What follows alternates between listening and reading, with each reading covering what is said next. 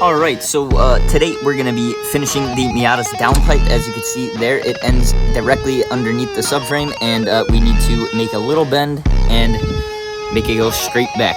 So we have this little bend here that I made. I'm going to weld that up together.